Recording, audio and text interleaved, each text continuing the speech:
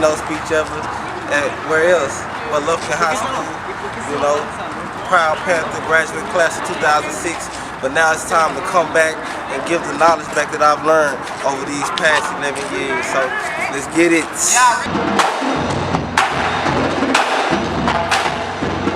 And previously, the Men Achieving Leadership through Excellence program and the Black and Brown Brothers Mentoring program at Prairie View A&M University.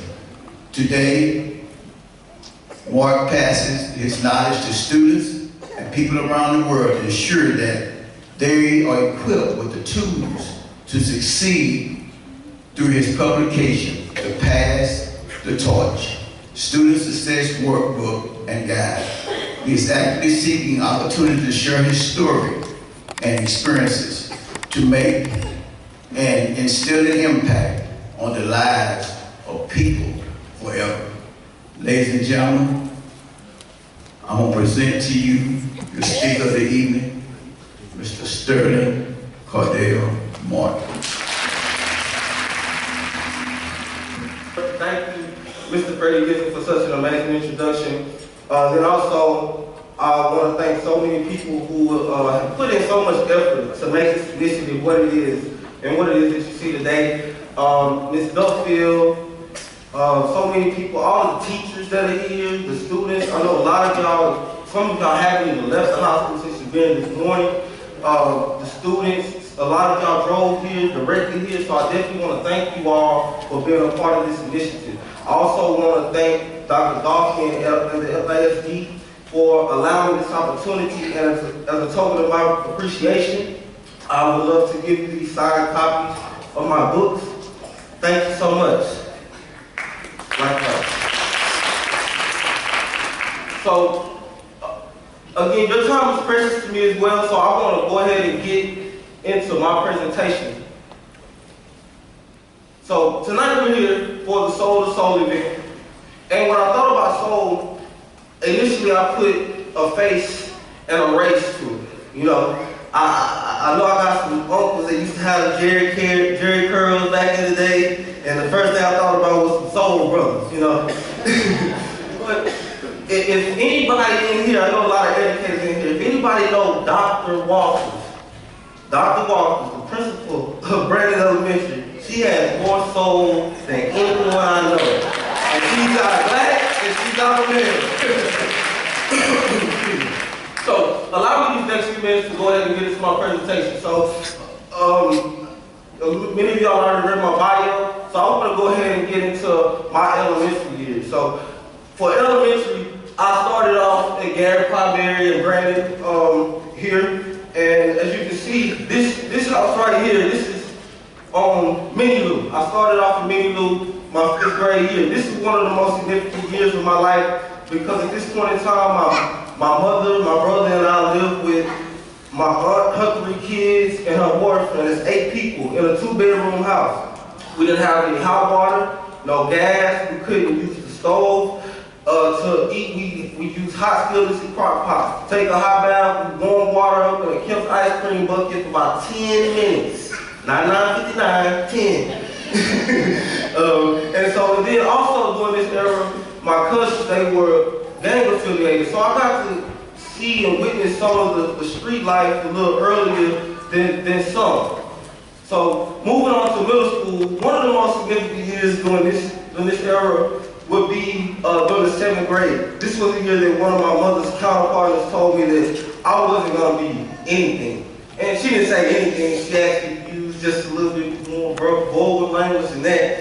But, you know, I ain't going to do any of that. But so she told me that. And I must have believed it because the 2nd grade, I remember going to class. And during this class, the teacher told us, hey, y'all come in, introduce yourselves, tell us what it is that you want to do after school. So the students were going, you would hear, hey, doctors, nurses, NFL, NBA. Do anybody want to guess what I'm going to say? And these ladies in the pink up here. What I wanted to do after I graduated high school. Play basketball, no. I'm going to take 2 more guesses. Play football, no ma'am. Yeah, no ma'am. I told the class that I wanted to drop out in the 10th grade. And because, again, I was already I was affiliated, I already got to see some of the street side of things. The people who were helping me, they had dropped out in the 10th grade. I thought that I was going to become a part of that cycle, you know, and I'm blessed that I did. So, moving on to high school, one of the most significant years was my junior year. My junior year was the year that my mother and my brother, they moved to Wichita Falls. And please be mindful, I moved every year of my life leading up till I was 23, sometimes twice. I also was introduced to 7 different step-parents by the 8th grade. So there was never a foundation there for me. But I was blessed to find a foundation after my mother left. So it took a little while. I moved with the QT family for a short period of time. I moved with the Hewitt family for a short period of time. I moved with my grandparents for a short period of time. And then lastly, I moved with my Aunt Dee. She provided a stable home for me, and she was extra lenient, so I definitely enjoyed living with her. Hey, Nike.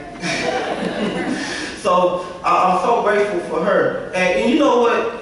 This is the same lady who, after I graduated, Dad Bryant lived in the same room that I was in, and she housed him as well. So I think she deserves a round of applause. And I can't pay no bills or nothing right now, but I can get you a round of applause. Okay, so, well, first let me go back. So I made it to Prairie View, based off the strength of, I had family going to Prairie View, and then Miss Garcia, I believe she was a career counselor at the time, she definitely embraced me to go. And so that is what I looked like when I went to Prairie View for my first 3 to 4 years, that picture on your right. And so when I got to Prairie View, my mindset was not on school. I was still captivated by the hood lifestyle. I wanted cars, money, girls, all these things, but ultimately the first 3 to 4 years, I was just a lost soul in prison. So time passed, and now my family's asking me, hey man, when are you gonna graduate? What are you gonna do? And I thought about it, wait a minute, graduate? I didn't even think about that. This is becoming a good career right here. But what they did was they allowed me to think about my purpose, and now I understood that I have a purpose to be here, and I'm passionate about them, so let me use them as my passion to fuel my purpose. And I did that. But it was so unfortunate that when I graduated, I didn't really utilize all the opportunities that I had, so I was unemployed. I moved back to Houston, and anyone heard of Craigslist? Yeah, y'all heard of Craigslist. So on Craigslist, it's different people that post different jobs that need to be done. So I was actually a professional